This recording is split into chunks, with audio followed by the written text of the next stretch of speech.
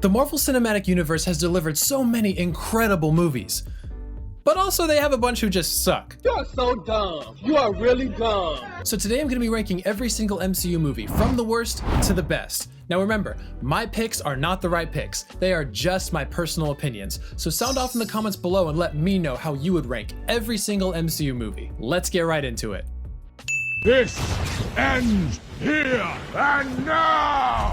In my opinion, Thor Love and Thunder is a failure on every level. But where it fails the most is its comedy, which ironically is supposed to be the strong suit of Taika Waititi, especially coming off the heels of a very successful Thor Ragnarok. In Thor Love and Thunder, it feels like there's a joke in every single scene. They really don't give any time for two congruent scenes to just exist together without having to throw in a quip or some kind of dumb one-liner.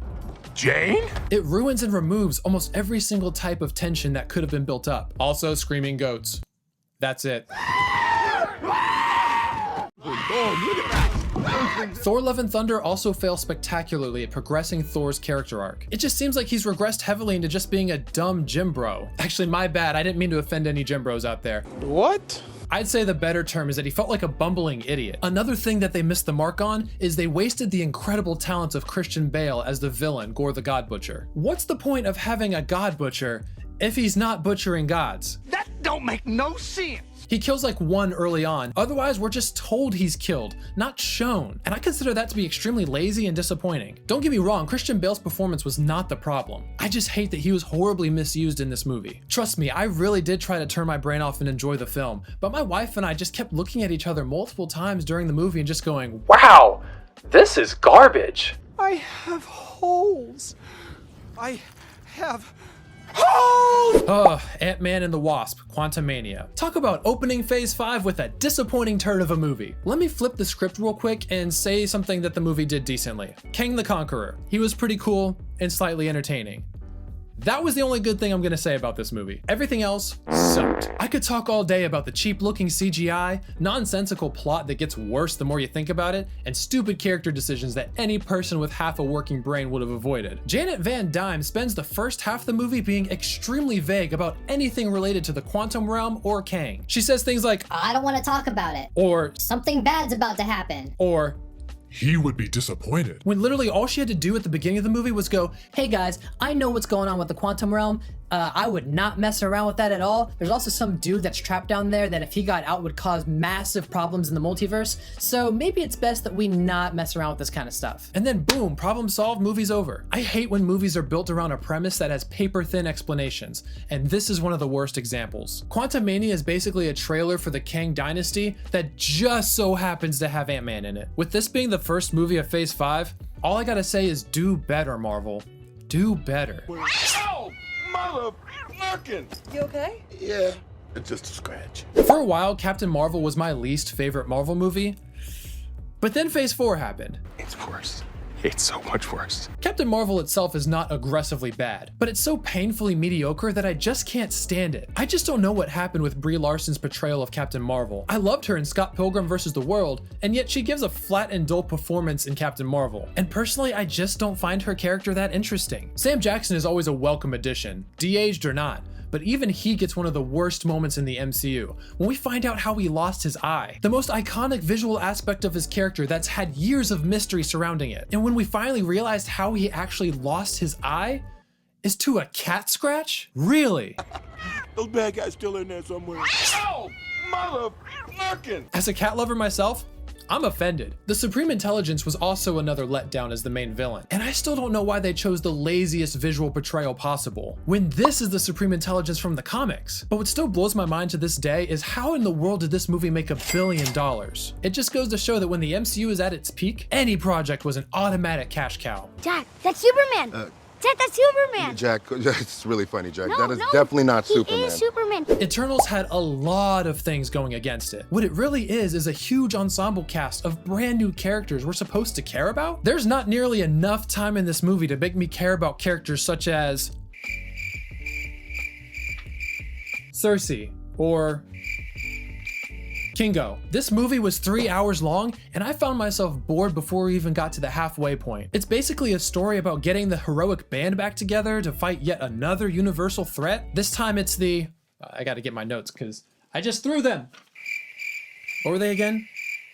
Deviants. But if I never cared about that band of heroes in the first place, then I really don't care what happens to them. There are some impressive moments here and there of CGI heroes fighting CGI monsters, but even then I'm basically Homer from that one Simpsons clip.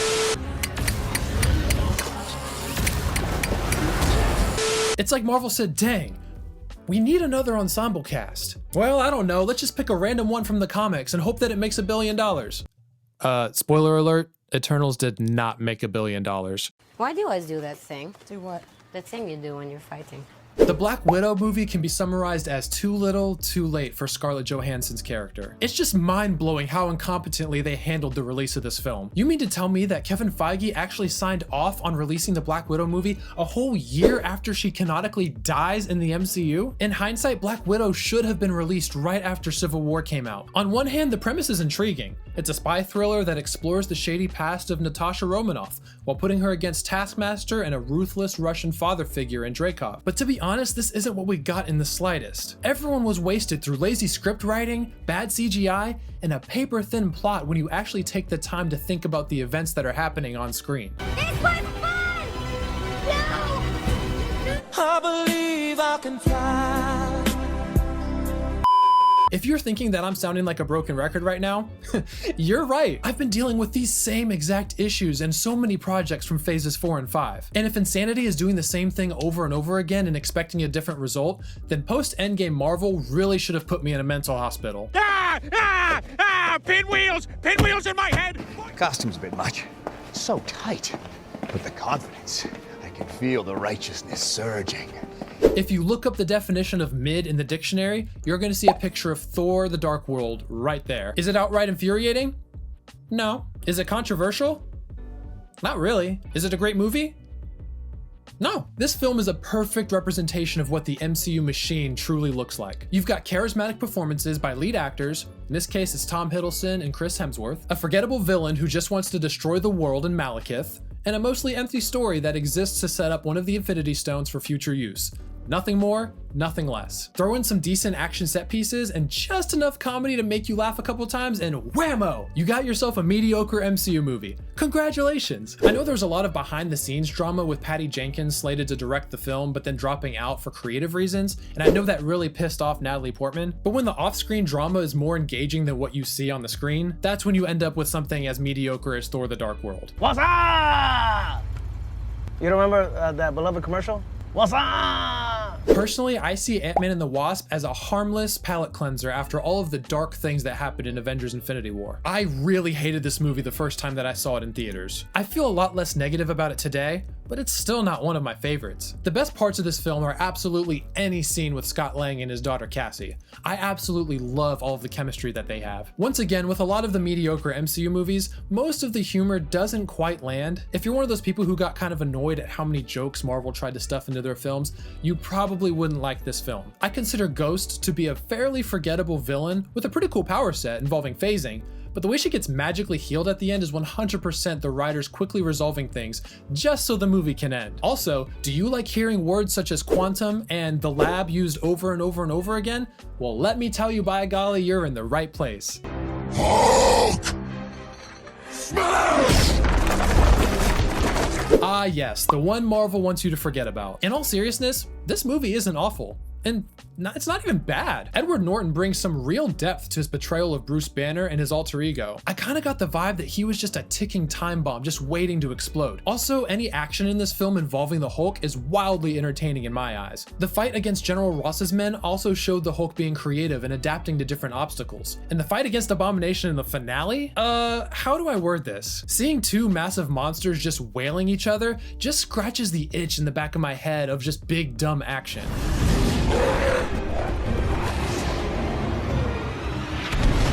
And compared to some of the stuff we see these days, the CGI back then was actually fairly impressive. Now, where the movie stumbles is in its pacing. While I appreciate the quick pace of the film, it doesn't quite give you much time to breathe. The movie knows that you want to see more Hulk stuff, but in the process, it makes everything else feel kind of rushed and undercooked. Also, I may be in the minority, I really don't know because I haven't really heard a lot of people's opinions on this movie, but I didn't quite like the chemistry between Liv Tyler and Edward Norton. Just felt kind of wooden and didn't work for me. All in all, I would say that The Incredible Hulk is a solid, if not unspectacular popcorn flick.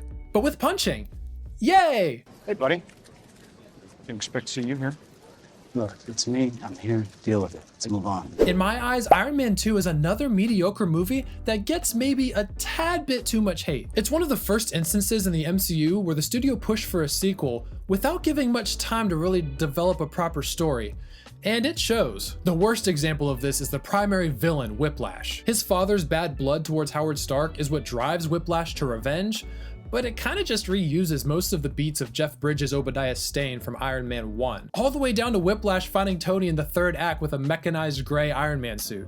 Tell me where you've seen that one before. Wait a minute! Yeah, creativity is definitely not this movie's strong suit. Speaking of suits, we finally get War Machine kicking some butts in this for the first time. That was pretty cool. No offense to Terrence Howard, but I actually like the recasted Don Cheadle as James Rhodes in this. And I thought that his interactions with Tony was a pretty big bright spot in the film. I also got to shout out Justin Hammer as the true scene stealer in Iron Man 2. He is the epitome of goofy, chaotic evil, and Sam Rockwell plays him amazing as an unhinged and jealous rival of Tony's. The movie's not groundbreaking in any way, but it's also fairly entertaining to the point where I actually can't consider this one of the worst MCU movies of all time. Speaking of one of the worst MCU movies, Blackagar Boltagun, keeper of the Terrigen Mists, the Inhuman King. Blackagar Boltagard? Hit a guy, hit a there. Okay, I feel like I have to clarify my last statement. Doctor Strange in the Multiverse of Madness is not the worst MCU movie of all time, but it is one of the most disappointing. The premise is absolutely insane. Doctor Strange traveling through the multiverse with one of the best directors alive right now in Sam Raimi at the helm? Sign me all the way up. But what we got though was a tonally confusing and simplistic story where America Chavez is nothing but a plot device, and Doctor Strange has been reduced to a backseat in his own film. His entire character arc just seems to repeat itself from the first movie. Doctor Strange letting go of his ego and learning how to trust other people. Where have I seen that before? Also, for a movie that teases the vastness of the multiverse, we technically only travel to like one other universe. And you want to know what makes that world so unique? Are you sure you're ready for this? Brace yourself. The lights turn green for stop and red for go. Wow, my mind is just imploding on itself with all of the creativity. Stop the cap.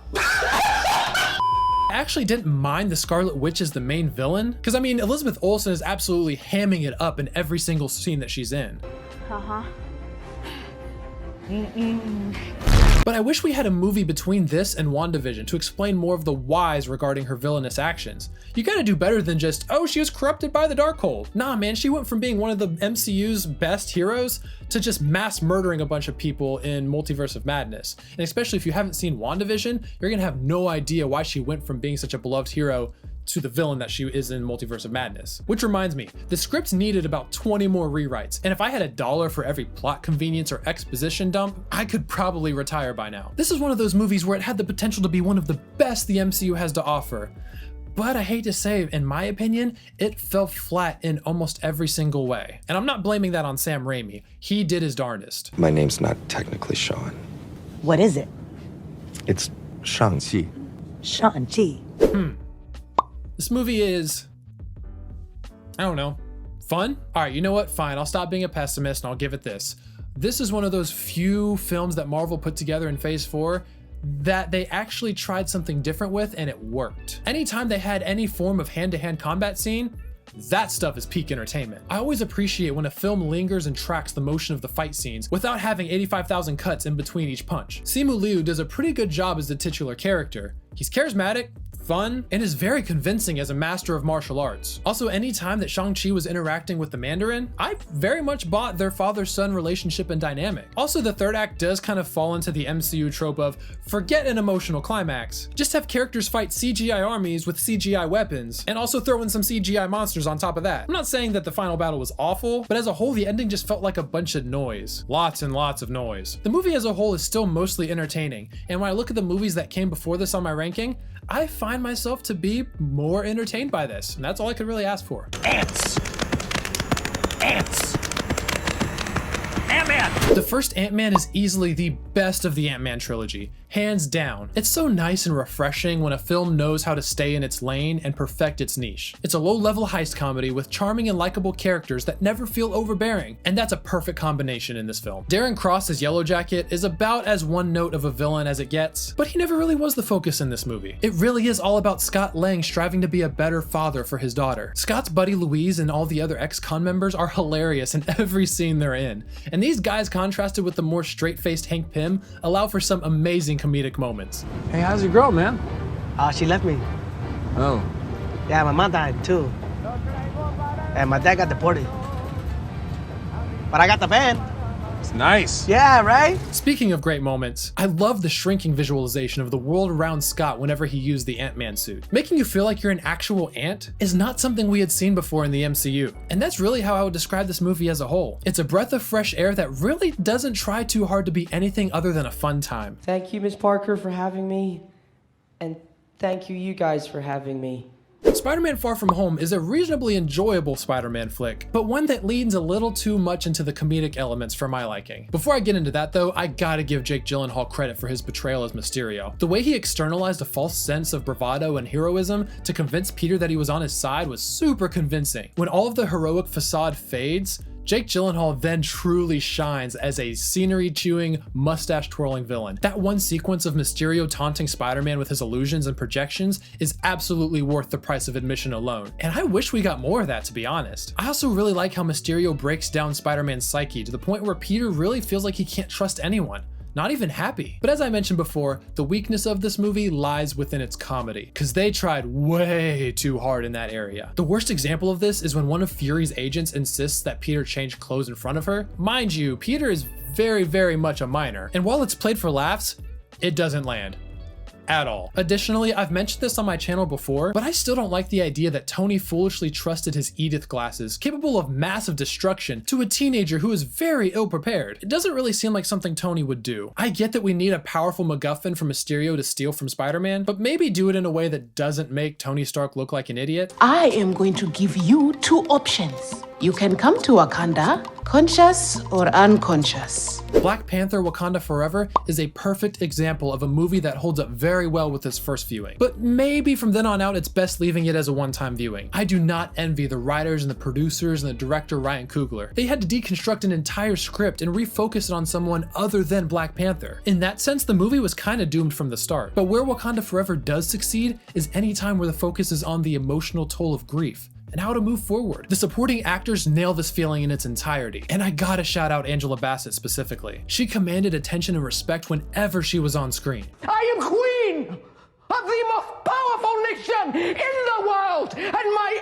entire family is gone. Have I not given everything? Namor as a villain is threatening here and there, but the movie tries way too hard to sympathize with him, when in reality his despicable acts throughout the movie deserved absolute condemnation from Shuri. But instead at the end she's like, oh yeah man, you killed my mother and a lot of my people, but hey, we homies now, and if you ever need anything, let me know. Just don't do bad things.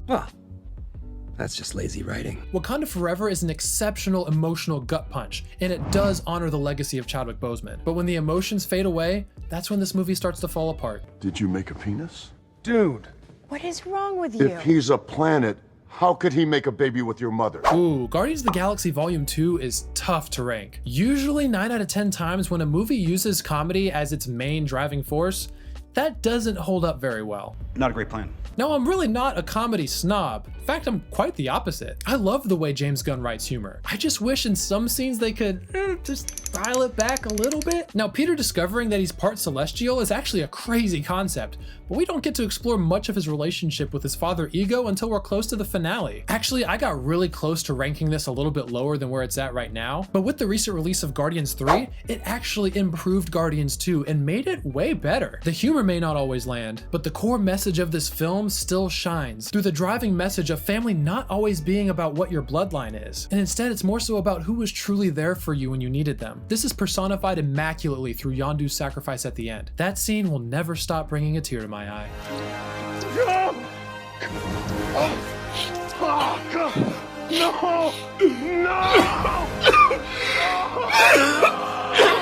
The real question is, what are those? Why do you have your toes out in my lap? Black Panther does an exceptional job of building up T'Challa's story after the events of Civil War. Chadwick Boseman, may he rest in peace, was one of the best casting choices for the MCU as a whole, and he is Black Panther in every way, shape, and form. Now, while the movie is definitely very formulaic and predictable, it never crosses over into the boring side of the formulaic MCU movies. Most of the action set pieces are pretty entertaining, and that's really all I could ask for. But they also did up the ante with the villain Killmonger. Having an antagonist that's layered and threatening is a rare combo for MCU movies, but Michael B. Jordan knocks it out of the park as a scorned outcast, and he challenges the protagonist to the point where he almost wins. Even in his defeat, he gives a convincing enough monologue to where you as the audience can't help but wonder, was he right? Not the whole murder everyone who disagrees with you part, but more so the utilization of power and stature to help others outside of your boundaries. Now, where this movie stumbles is in the exact same place as Shang Chi,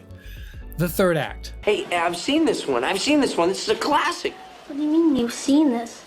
It's brand new. Mind you, this is a movie that won a Best Picture Oscar, but I really find that confusing considering how bad the CGI in the third act was. And also the accumulation of the battle is just a fight between Killmonger and Black Panther that just really features rubbery CGI suits throwing hands. It's not on Quantumania levels of bad CGI, but when the movie up to this point has been good or even great, it still kind of feels like an abrupt letdown. This drink, I like it. I know, it's great, right? Another!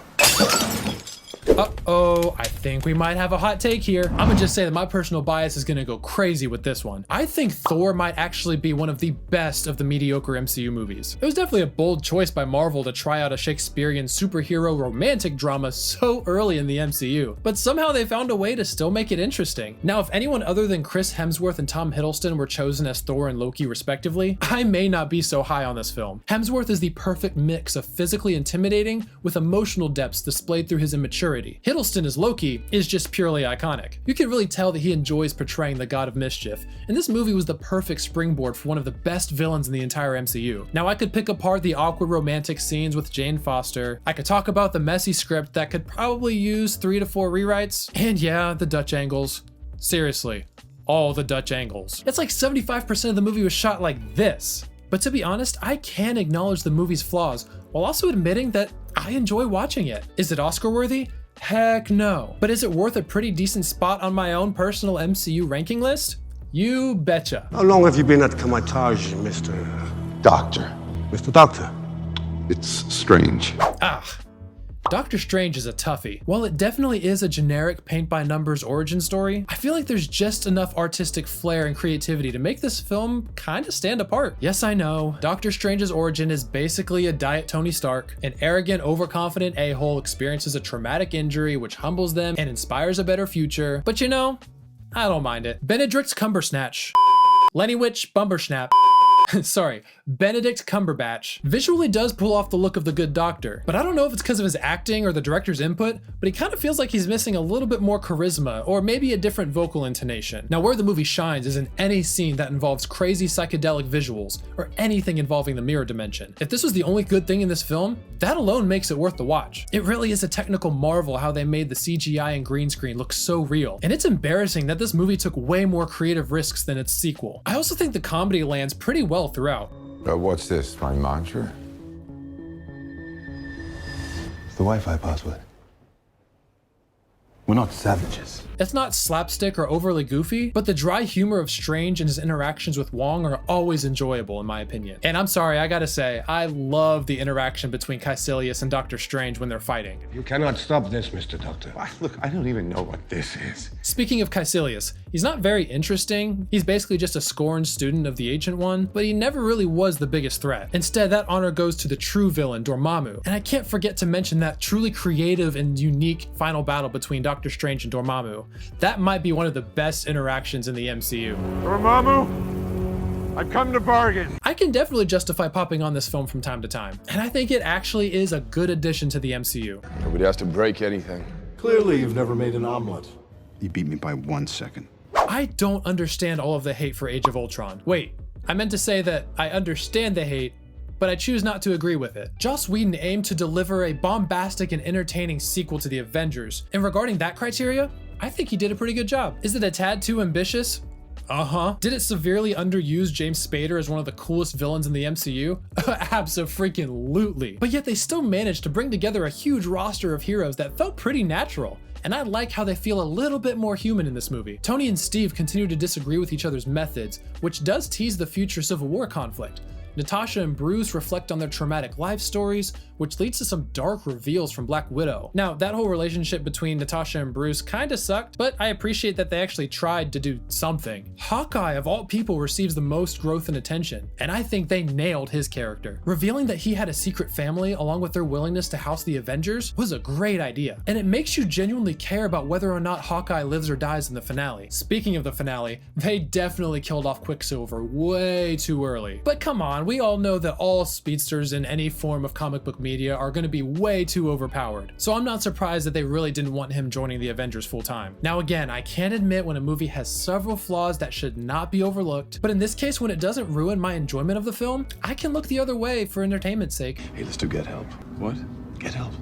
No. Come on, you love it. I hate it. It's great. It works every time. It's humiliating. Thor Ragnarok was a huge pivot for the character of Thor, and I think it actually worked. Thor Love and Thunder failed by trying to double down on the comedy that Taika Waititi pioneered in Thor Ragnarok. But Ragnarok proved that lightning can only strike once in this instance. Waititi toes a very thin line with making Thor a bit more clumsy and kinda stupid. But you're almost too busy laughing at Hemsworth's incredible comedic timing to really care. The comedy and fast pacing comes at a price though, and we don't get much time to really linger on some pretty huge moments, like Odin's death, or even Hela's introduction. Odin's pretty much just like, I'm tired. See y'all later. Oh, I think I just threw my back out. That was a mistake.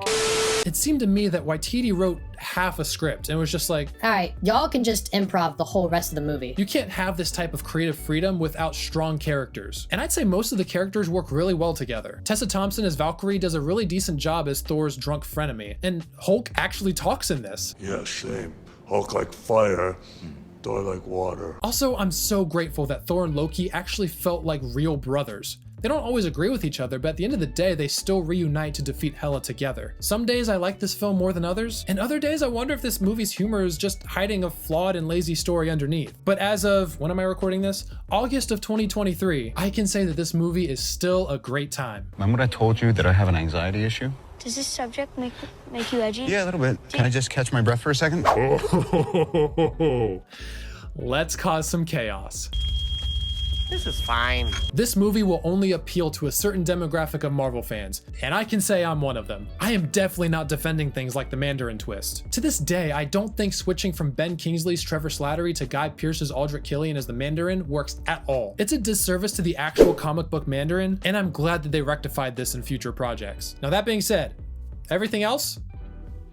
I loved. The director Shane Black's fast-paced direction style pairs very well with the character of Iron Man. Plus, all of the one-liners from Tony feel natural, and there's never really a time where I felt like they lost sight of his motivations. Wait, you're guilt-tripping me, aren't you? I'm cold. I can tell. You know how I can tell? Because we're connected. You really buy that Tony is a tortured soul, and pairing him with a younger kid as one of his only allies midway through the film was a really nice touch. Also, we get to see the Iron Man suit, or I guess suits plural, being utilized in super creative ways. The freedom that comes with the suit that can be disassembled and reassembled in combat allows for some dope fight scenes. As with most movies on this list, it's not perfect. And in fact, this movie specifically gets a lot of hate from fans. But I'm gonna stick to my guns and defend this movie until the day I die. Rip me apart in the comments all you want to. I'm in danger. You're the Spider-Man from YouTube. I'm not. You were on the ceiling. No, I wasn't. Spider-Man Homecoming is a low stakes, but also pretty enjoyable first film in the Spider-Man trilogy. The best thing this movie did was not give us the Spider-Man origin story for the 15th time. We know who Uncle Ben is, and this movie assumes that. This lets us jump right into Peter's day-to-day as a high schooler with superpowers, and we still get a mentor figure in Tony Stark to boot. But alright, Tom Holland's Spider-Man definitely gets a lot of hate for having a suit designed by Tony Stark, but I think that's the point that the movie was trying to make. Peter, in his immaturity and over-eagerness to prove himself, became over-reliant on his gizmos and his obsession with impressing his mentor. These were flaws that he needed to overcome in order to defeat the Vulture. And he even had to fight the villain in his homemade suit. I don't know, man, this is a pretty good way of showing Spider-Man's resourcefulness. And I don't think the hatred for his connection with Iron Man is justified. Also the villain. Oh man, the villain. Michael Keaton's take on the Vulture elevates this character beyond just a goofy comic book villain. He brings a real threatening presence paired with a practical yet intimidating costume. After all, he's just a family man just trying to make ends meet. And the scene where we as the audience discover that he's the father of the girl Peter's interested in will always send a chill down my spine. That might be one of the top 10 scenes in the MCU, and I'm not even being dramatic. All in all, the movie is filled with humor, heart, and entertainment. Those are the ingredients to a great MCU movie. You just don't know when to give up, do you? I can do this all day. So many people write off Captain America the First Avenger as bland and forgettable. And I guess to me it comes down to what you're looking for in an MCU movie. I for one love the commitment to the 1940s time period and the aesthetic that comes with it. In a way, this movie's style can be compared pretty accurately to Cap himself. It's genuinely earnest, a bit on the corny side, but it never really loses its heart. The third act definitely felt a tad rushed, and I'm really bummed that we didn't get a lot of Red Skull before he was killed off, kinda, but not really. But for the most part, the movie really takes its time in showing why Steve Rogers is a good man, without just telling us that he's good. Captain America without a compelling character under the costume is just another goofy B-list Marvel character. Shout out to Chris Evans and the people who wrote his character for making Steve Rogers actually seem interesting. I'd say their hard work paid off. Tony Stark was able to build this in a cave with a bunch of scraps! The man, the myth, the legend himself. Let me make one thing absolutely clear. There is no Iron Man, and there is no MCU without Robert Downey Jr. Yeah, maybe some other actors would have brought something cool to the role if they would have been casted, but Downey Jr. brings a specific level of charisma and charm that I just don't think can be replicated. The movie by itself isn't particularly unique, especially in today's world of oversaturated superhero movies. But even if Iron Man's story is a bit simplistic at face value, the movie nails everything it aims for. Tony Stark feels flawed, yet sympathetic and entertaining. You want him to be humbled, but then you also want him to succeed once he realizes the error of his ways. And also, all of the supporting characters do just that. They support the character of Tony Stark as a supportive ally, or as a villain, they challenge him as the adversary. And I gotta say, the CGI in this film is just mwah. Considering that this movie came out before the era of just slap a bunch of green screen in the background and call it a day, there's just something way more engaging about the perfect combination of practical effects and CGI, especially when it's involving the Iron Man suit. A perfect movie? It is not. If you wanted, you could nitpick this movie just like all the other ones till the cows come home. But as an origin story for the first MCU character, no. As an origin story for the MCU as a whole, it doesn't get much better than this. I'm Peter Parker. That's not possible. I am Spider-Man. If any movie on this list was gonna get the most brownie points for its use of nostalgia, Spider-Man No Way Home would be the one. Having all three live-action Spider-Man just being together is already a guaranteed slam dunk. But in No Way Home, Andrew and Tobey actually contribute something other than just a one-liner here and there. Yeah, they could swing around and kick some bad guys, but they also provide some surprisingly emotional moments as well. Andrew Garfield in particular felt as though he really needed this movie to tie up some of his Peter Parker's emotional loose ends. Make Amazing Spider-Man 3, you cowards. The villains as well get their own time to shine. But nah, Willem Dafoe's Green Goblin stole the show in every sense of the word. The fact that Dafoe can still bring his maniacal energy as Spidey's top nemesis over 20 years since his first appearance really speaks to the perfection of his casting. We also finally get MCU Peter Parker as more of a world-weary and embattled character. No more hiding behind Tony Stark. This journey leads to Peter choosing not to reintroduce himself to MJ at the end. Just perfection. Is there anything else?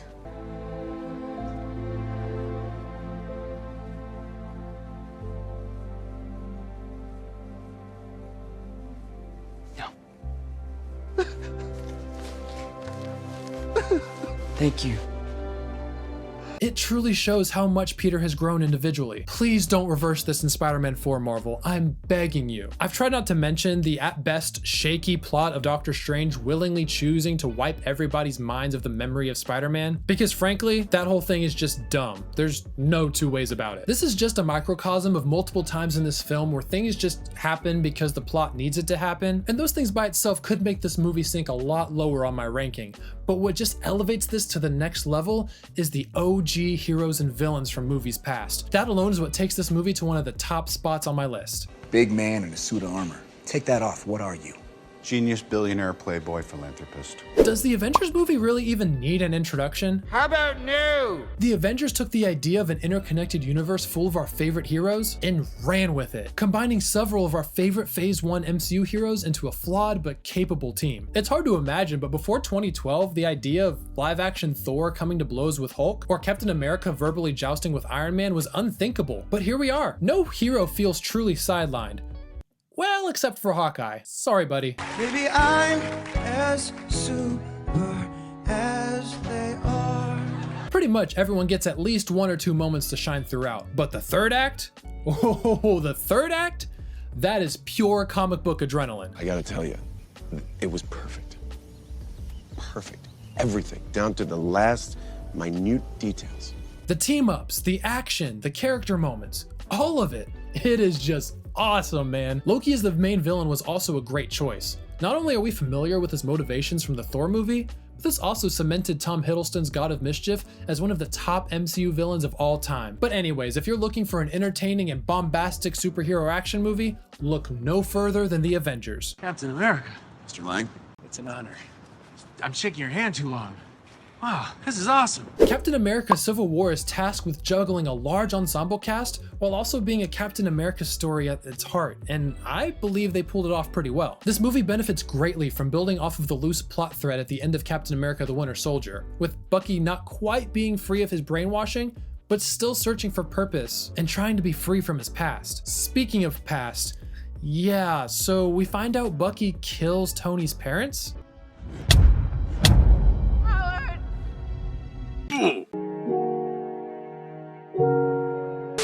That's a pretty good way in of itself to divide Steve and Tony, but their strife turns up another degree with the inclusion of the Superhero Registration Act, or Sokovia Accords. But I gotta say though, this is probably one of the first MCU movies where I actually noticed where they heavily CGI'd Robert Downey Jr.'s head on his Iron Man suit. It looked pretty bad. No. Don't like that. Also, the master plan of Zemo in this film needed to have so many things go right for it to work, almost to the point where it made it kind of unbelievable. I'd say that this movie is undoubtedly carried by the incredible performances of the actors, who at this point have been playing their MCU heroes for so long that it just feels effortless. The humor is on point, the action is dynamic and impressive, and the film is also anchored by incredible direction from Joel and Anthony Russo. I'd absolutely consider this movie worthy of joining the other MCU heavyweights later on in this list. Time travel! What? I see this as an absolute win. Avengers Endgame is a wonderful love letter to tenured MCU fans. If you're not into the MCU and you have no idea who the heck these characters are, you absolutely will be confused and bored for the first half of this film. The time travel premise can be a bit confusing, and watching a bunch of characters just talk and exposition dump early in the film can start to make you glance at your watch more. But to be honest, if you even tried to make it this far and you're not an MCU fan, hate to say it, but this movie probably wasn't made for you. As a diehard MCU fan though, this film gave me exactly what I wanted from the conclusion of an entire series of Marvel movies. Closure. Some of our favorite heroes just felt ready to move on, some in death and some in retirement. Captain America, Black Widow, Iron Man, these are some of the MCU's heaviest hitters, and I believe they exited the film gracefully. Now I gotta talk about the third act. Without the third act, this can be considered a very mid-grade MCU film. But oh man, that finale delivered. Avengers!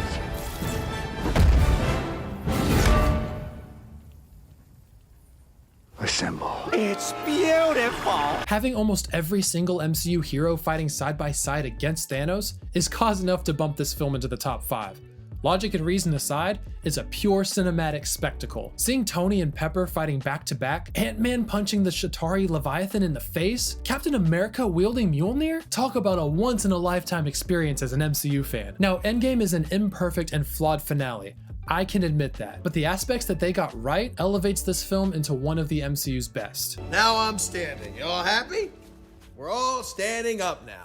Bunch of jackasses standing in a circle. Alright, so I gotta admit, I can't speak for everyone, but I had no clue who the heck the Guardians of the Galaxy were before this movie. I gotta give props to Marvel and Kevin Feige for taking a huge risk and choosing to introduce some previously unknown characters into the juggernaut of the MCU. But also, I believe that this film wouldn't have been the success it was without the direction and writing of James Gunn. His specialty is taking a ragtag group of ensemble characters that no one really cares about and build something truly memorable. Every scene in Guardians of the Galaxy is packed with interesting characters, dynamic action, and did I mention the humor? Who are you? Star-Lord. Who? Star-Lord, man. Legendary outlaw. Gunn truly has a knack for elevating his movies with witty and creative comedic moments, and the Guardians movies are no slouch in that department. Each one of them have some hilarious moments that never feel forced or written by a committee of soulless, brain-dead screenwriters who have never seen or heard a great joke in their life. Wait, did I just describe Phase 4? Is that like a personal attack or something? Also, can I interest you in a dance-off to save the universe? What are you doing? I'm distracting you, you big turd blossom. Well, that's why we're gonna break in. You kill anyone who gets in our way. Not kill anyone. Kill a few people. Kill no people. Kill one guy, one stupid guy who no one loves. Think about everything great about the first Guardians film, then double it. The humor is just as strong, the emotions are at an all-time high, but most importantly of all, the Guardians retain the one thing that defines who they are, their bond as a family. In fact, this movie benefits greatly from all of the exposure the OG cast has had in all of the past projects. Now that we've seen them developed in over 8 movies and TV shows as a whole, they kind of feel like a part of our own family. Rocket Raccoon is the standout of Guardians 3 by far, and it all makes sense why James Gunn mentioned that he was the main character throughout the entire trilogy. I'm done running. The High Evolutionary as the main antagonist and Rocket's creator is pure evil personified, and that makes for a very strong threat for the Guardians. As the viewer, I couldn't wait for them to shut him up, and needless to say, I was not disappointed. And while I could talk for hours about the awesome action scenes and the side-splitting comedy, it all means nothing if you don't care about the characters. James Gunn really has worked tirelessly for over a decade to ensure that you form some type of bond with these lovable misfits, and this trilogy is nothing without him. This film was easily the best thing to come out of phases 4 and 5. And considering we won't have Gunn back for any more of the Guardians movies, it genuinely feels like the end of an era. Then finish it. Because I'm with you to the end of the line. If there was an award given out for my most watched MCU movie, then Captain America: The Winter Soldier takes it by a country mile. This is a perfect example of a movie that improves and yet deconstructs its hero in every way possible. Because what do we know about Steve Rogers? He's earnest, he's a little green, and maybe a little too trusting. So what does the film do? It strips away his entire foundation of what he thinks he stands for and forces him to fight off balance. To Steve Rogers, S.H.I.E.L.D. represents the good guys. Good guys do good things, right? And so he works for them. But as we gradually find out that Hydra has been infiltrating S.H.I.E.L.D. for decades, we witness Steve learning that he can't just trust anyone who claims to be on his side. Every twist and turn that this movie took left me on the edge of my seat. You can never fully relax because at any moment, wham! Nick Fury's dead. Or so we thought. The Winter Soldier was a perfect adversary for Cap as well. Robert Redford as Alexander Pierce is really convincing as an undercover Hydra agent, but the Winter Soldier bests him as the ultimate villain in the movie. He matches Steve physically as well as tests him emotionally when it's revealed that he's a brainwashed Bucky Barnes. Again, I love that Steve gets pushed to his absolute limit multiple times, and not just by Bucky. But yet when faced with insurmountable odds and potentially even the death of millions, Captain America never wavers or gives up. He stands strong and never loses his faith in humanity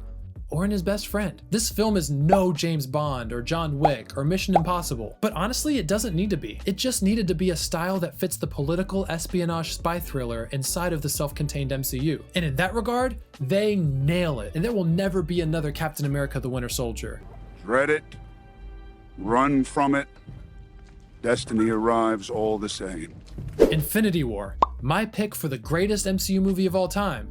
And it's an ensemble movie? What? This film represents everything great about the MCU. It takes place at the utmost peak of Marvel's movie popularity. It perfectly balances a full roster of MCU characters that we've grown to love over the years. And the icing on the cake is that it gives us Thanos as the main villain, the best MCU villain of all time. In a way, Infinity War is the ultimate reward for Marvel putting in years of hard work, meticulously planning every interconnected project, and slowly giving us teases of the storyline to come. I wouldn't care as much about Tony Stark and Doctor Strange bickering back and forth if I wasn't familiar with their characters. Hitherto undreamt of.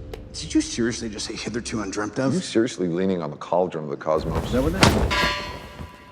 I'm going to allow that. I wouldn't have cheered when Iron Man met the Guardians for the first time if I wasn't already invested in their individual story arcs. I'm gonna ask you this one time. Where is Gamora? Yeah, I'll do you one better. Who's Gamora?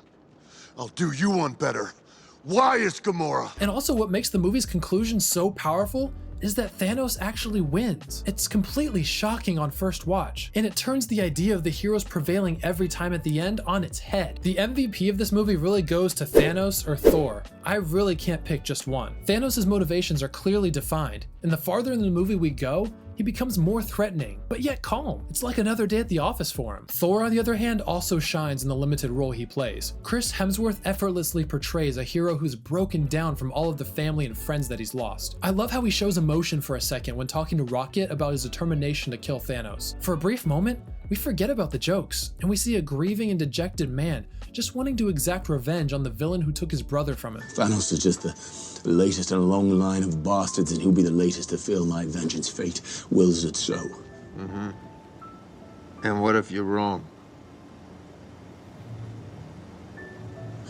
Well, if I'm wrong, then what more could I lose? And his arrival scene in Wakanda, oh boy, that is peak cinema, and you can never change my mind.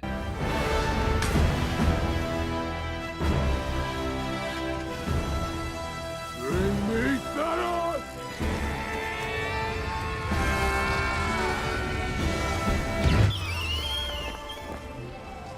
I think I just peed a little. I have such amazing memories of seeing this movie opening night with a packed theater full of fans just like me. We laughed, cried, and cheered together. And I truly miss the days when MCU movies weren't just movies. They were events. And not only that, it holds up so well after the first watch. I can go back and watch this 100 million times and still find the same amount of enjoyment as I did when I watched it for the very first time. And that's why I personally believe that Avengers Infinity War is the best MCU movie of all time. Now let me know in the comment section how you would rank all of the MCU movies. Or if that's too much to write, just give me your personal top 3. I'd love to hear your thoughts. If you're new to my channel, welcome to the family. If you like content just like this video and a whole lot more, please consider subscribing. But with all that out of the way, I want to thank you all so much for watching, and I'll see you next time.